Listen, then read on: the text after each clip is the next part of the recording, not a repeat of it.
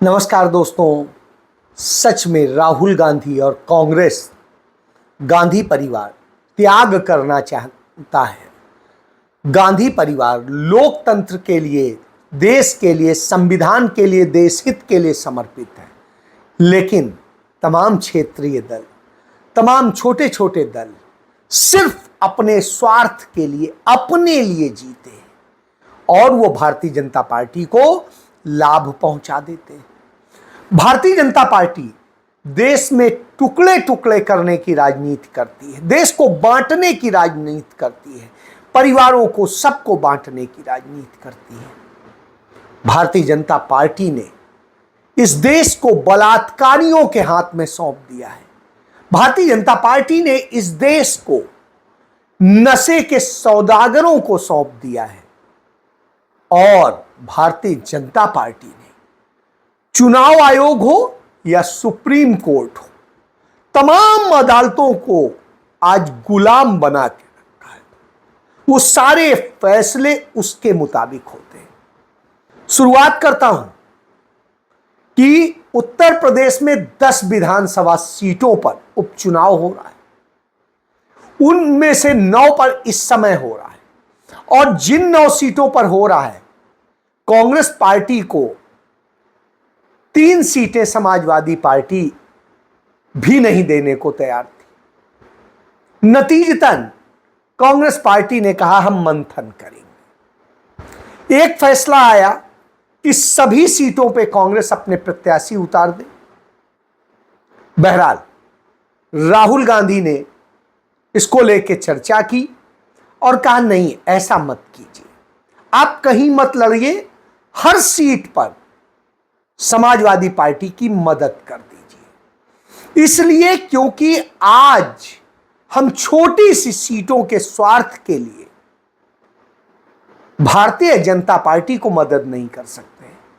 हम यदि लड़ेंगे तो वोट बटेंगे और वोट बटेंगे तो नुकसान समाजवादी पार्टी को होगा, जो इंडिया अलायंस का हिस्सा है और हमारी सहयोगी साथी पार्टी। यह राहुल गांधी। मगर क्या अखिलेश यादव भी ऐसा ही सोचते हैं? नहीं सोचते। क्या आम आदमी पार्टी ऐसा सोचती है? नहीं सोचती है।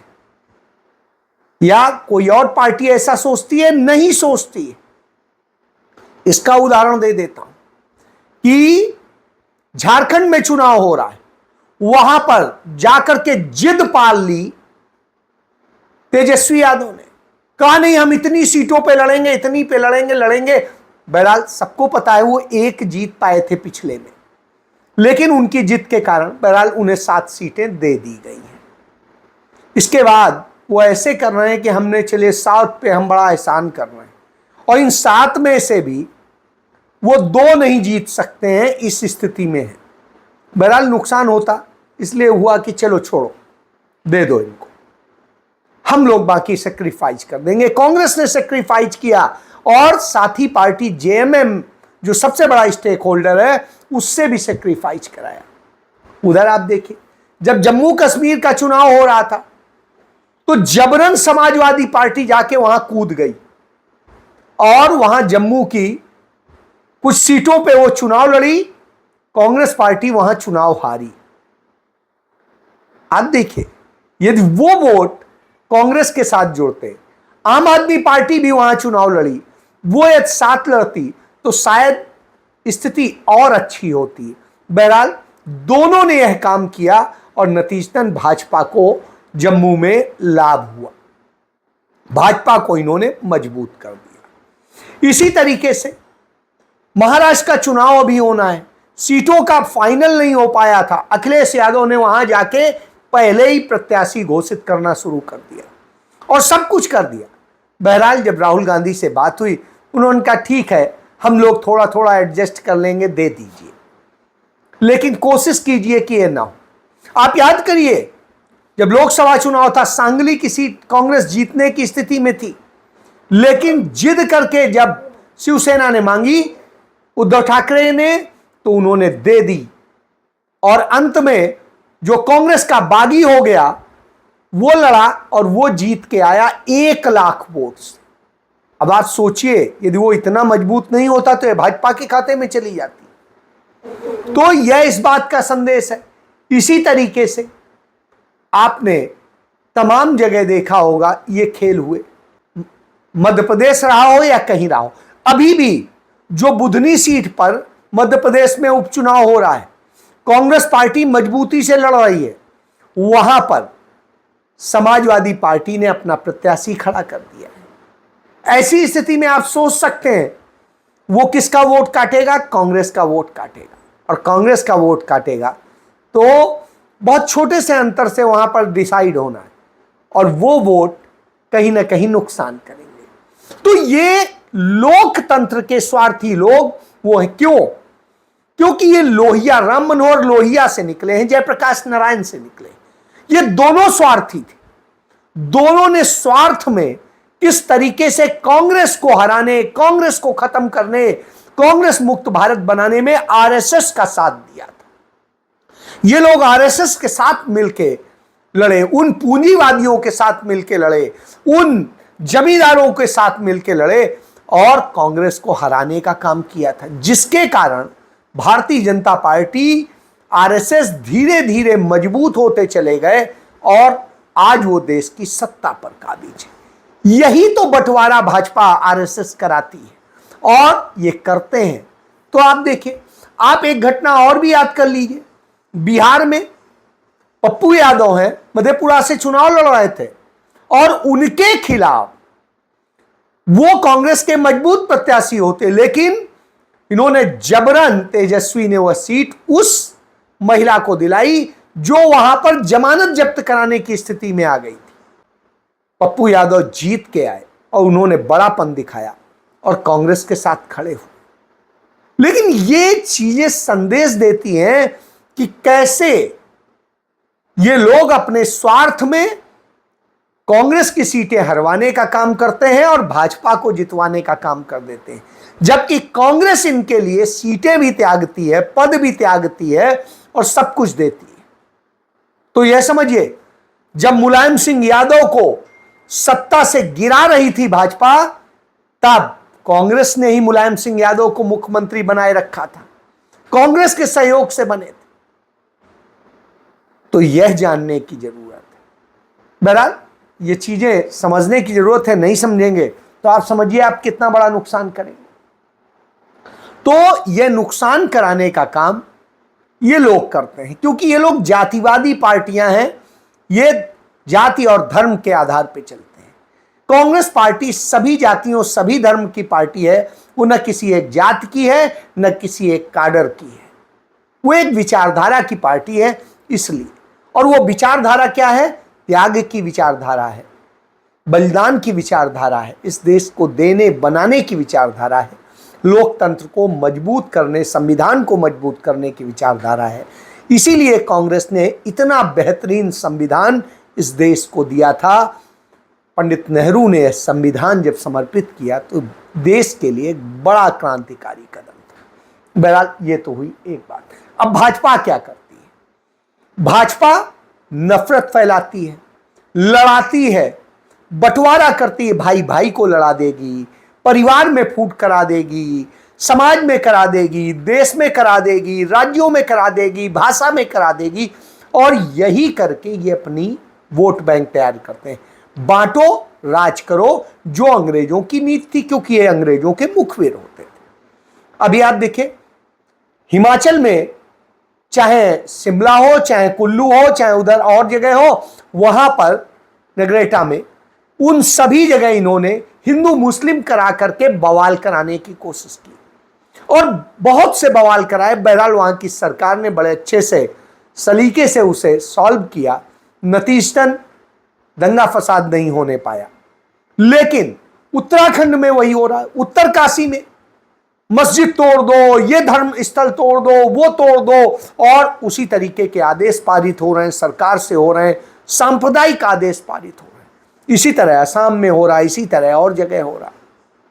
हर राज्य में यह चीज आप देख सकते हैं जहां भाजपा शासित राज्य है। और एक उदाहरण दे देता हूं, कांग्रेस में एक एमएलए हुआ करती थी, वो छोड़ करके 2022 में भाजपा में चली गई। भाजपा में जाने के बाद में स्थिति है वो भाजपा का जो गुजरात मॉडल है जो नशे की तस्करी करता है उस तस्करी के गैंग के साथ शामिल हो और मोहाली जिला क्षेत्र में वो एक घर में रह करके सनी एन्क्लेव में और वहां से नशे की तस्करी करवाती थी। भाजपा में आने के बाद में देखिए नशे का तस्कर बन जाता है और नशे की तस्करी का काम शुरू कर दिया उन्होंने और यह धंधा चल रहा। आप सोचिए कि भाजपा में क्या चरित्र है। भाजपा में नशे का काम एक जगह नहीं होता, यहां पर हो, मध्य प्रदेश में हो, गुजरात में हो, तमाम जगह हो, सारी जगह नशे की तस्करी करने का काम भाजपा के लोग करते हैं। बीजेपी का ड्रग्स कनेक्शन। ड्रग्स के कारोबार में बीजेपी के नेता लिप्त पाए जा रहे हैं। हाल ही में पंजाब में बीजेपी नेता सत्कार कौर ड्रग्स बेचते हुए गिरफ्तार हुई है। इसके पहले मध्य प्रदेश में बीजेपी नेता हरीश आंजना के ठिकानों से 1800 करोड़ रुपए की ड्रग्स पकड़ी गई थी। गुजरात में बीजेपी नेता विकास अहीर भी ड्रग्स बेचते पकड़ा गया था। बीजेपी के नेता पूरी तरह से नशे के कारोबार में लिप्त हैं और नशा कारोबारियों को संरक्षण दे रहे हैं। ये ड्रग्स माफिया देश के युवाओं का जीवन तबाह कर रहे हैं। साफ है, ड्रग्स का कारोबार जहां, बीजेपी का नेता वहां। फिर आइए दूसरी चीज, रेप करने का काम, रेपिस्ट को बचाने का काम, उन्हें धार्मिक चोले पहनाने का काम भी भाजपा करती है। इसका उदाहरण देख लीजिए। इसका उदाहरण कि गोरखपुर में रेपिस्ट जो होते हैं, जो रेप करते हैं, वो रेप करने वाले जो लोग होते हैं गोपालगंज में, वो भाजपा से जुड़े होते हैं। पुलिस के लोग रेपिस्ट को पकड़ने जाते हैं तो उनके ऊपर भाजपा के, उनके परिवार के लोग हमला कर देते हैं और पुलिस का सब इंस्पेक्टर, सिपाही सब घायल हो जाते हैं, हॉस्पिटलाइज्ड हैं और बुरी तरीके से घायल हैं। आप सोचिए क्या इन्होंने भारत बनाया है कि न पुलिस सुरक्षित है, न बेटियां सुरक्षित हैं, सिर्फ इनके रेपिस्ट सुरक्षित हैं। दूसरी घटना देख लीजिए बुलंदशहर जिले में, और ये मैं उस जिले की बता रहा हूं, वो सीएम सिटी है गोरखपुर, जहां से आदित्यनाथ आता है, और एक बुलंदशहर है, भाजपा का गढ़ है। उस बुलंदशहर में किसे राधा स्वामी सत्संग ब्यास का डेरा, उस डेरे में 2 नाबालिग लड़कियां जो साध्वी थी, उनके साथ में किस तरीके से गैंग रेप किया जाता है। उन 2 लड़कियों के साथ में जो राधा स्वामी सत्संग ब्यास का डेरा था। अब आप समझिए कि इस तरह की स्थिति है। इनका गुरु कहलाता है तथाकथित सदगुरु और जाने क्या, उसके यहां लड़कियों के साथ में रेप हुए और उसके बाद में एक प्रोफेसर ने कहा हमारी लड़की को जबरदस्ती इन्होंने लड़की को गला करके, नशा दे करके इस तरह से मानसिक रूप से कर दिया है कि उसे बंधक बना के रखा। हाई कोर्ट ने जांच का आदेश दिया तो साहब जांच नहीं हो पाएगी। क्यों? अदालतें तो इनकी हैं। और वहां से वो फैसला आया कि नहीं, वहां कोई जांच नहीं हो पाएगी, सारा केस खत्म कर दिया, सब कुछ खत्म कर दिया। अब आप सोचिए, न जांच न कुछ, बस केस खत्म। ये सुप्रीम कोर्ट बना दिया है। तो यह चीफ जस्टिस जो है डीवाई चंद्रचूड़ कहता है कि इतिहास हमें कैसे मूल्यांकन करेगा। तो उनका मूल्यांकन कैसे होगा, उदाहरण दे देता हूं। शरद पवार की पार्टी थी, उन्होंने बनाई थी एनसीपी। उनका भतीजा एनसीपी में तोड़ करा गया, भाजपा के साथ चला गया। क्योंकि भाजपा के साथ चला गया इसलिए सारा पार्टी का सिंबल और सब कुछ उसे ही दे दिया गया। इसी तरीके से शिवसेना में हुआ। उद्धव ठाकरे के परिवार ने वो पार्टी बनाई थी और उसे तोड़ के शिंदे ले गया और उसे सब सिंबल और सब पार्टी दे दी गई, सारा सब कुछ दे दिया गया। तो उनमें फैसला चुनाव आयोग भी शिंदे के पक्ष में करता है, शरद पवार के पक्ष में करता है। और फिर अब जब फैसला आया कि शरद पवार के पास रहेगा सिंबल, तो चुनाव लड़ना है तो वो तो दे दीजिए। तो अदालत ने आदेश किया कि नहीं, सिंबल जो है अजीत पवार के ही पास रहेगा, शरद पवार को नहीं मिलेगा। आदेश देने वाले जो जज हैं वो जस्टिस सूर्यकांत, यहीं हिसार के रहने वाले हैं हरियाणा में। उन्हें बीजेपी ने ही और इनेलो की सरकार में बनवाया गया था एडवोकेट जनरल, फिर जस्टिस बनवाया गया और फिर आप समझ सकते हैं तो फैसला उन्हीं के पक्ष में देंगे। इसी तरह दीपांकर दत्ता है, इसी तरह उज्जवल भुइयां है। ये सबके फैसले उसी तरीके के होते हैं, तो वही हुआ है। मूल्यांकन कैसे होगा, उन्हीं का आप देख लीजिए। उन्होंने आज तक जितने फैसले सुनाए वो सारे फैसले किसके पक्ष में रहे हैं? भाजपा के पक्ष में रहे हैं। आप उदाहरण के लिए देख लीजिए, राम जन्मभूमि बाबरी मस्जिद के मामले में फैसला देना था तो वो खुद ही बता देते हैं कि भगवान से पूछ रहे थे कि समाधान निकाल दो, कानून से नहीं, समाधान निकाल दो, और उन्होंने समाधान निकाल दिया, मंदिर बना दिया। मंदिर बनाइए, इसमें कोई बुराई नहीं, लेकिन जो जिस चीज का डिस्प्यूट था टाइटल का, वो तो आज तक डिसाइड नहीं हुआ। वो तो आपने यह कह के बाय डिफॉल्ट दिया कि मस्जिद टूट चुकी है, ये हो चुका है, ये आस्था का सवाल है, इसलिए इनको दे दिया जाए। ये कोई जजमेंट होता है? तो पहली बात। फिर जज लोया की हत्या हुई थी जिसमें अमित शाह का नाम आया था, और उस मामले में जांच तक कराने का आदेश नहीं दिया, ये भी सबको पता है, लीपापोती हुई। पेगासस मामले में सारी चीजें आई, सारे सबूत आए, सब कुछ आया, पेगासस में भी जांच नहीं कराई और सब खत्म करवा दिया। सेबी का मामला हो, उसमें भी यही किया। अडानी के खिलाफ जांच का मामला हो, उसमें भी यही किया। नीट मामले में हिंडनबर्ग की रिपोर्ट और ये सारे मामले हो, SC ST आरक्षण का मुद्दा हो, वर्गीकरण का मामला हो, इन सारे मामलों में उन्होंने भाजपा के पक्ष में फैसले दिए। और सरकार जो सीधे नहीं कर पाती, इनसे कराती। क्यों?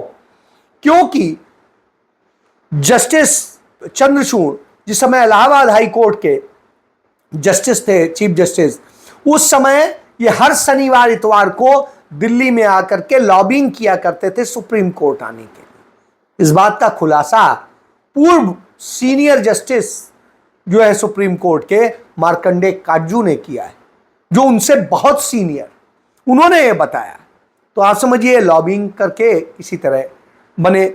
आप देखिए इसका उदाहरण कि जस्टिस चंद्रचूड़ को पहली बार additional solicitor general of India Atal Bihari Vajpayee की सरकार में बनाया गया। इसके बाद अटल बिहारी वाजपेयी की सरकार में इन्हें बॉम्बे हाई कोर्ट में जज बनाया गया। फिर 2016 में नरेंद्र मोदी ने इन्हें सुप्रीम कोर्ट का जस्टिस बना दिया, और फिर उसके बाद 2022 में चीफ जस्टिस बन गए। और आप सोच लीजिए क्या फैसला देंगे और क्या करेंगे।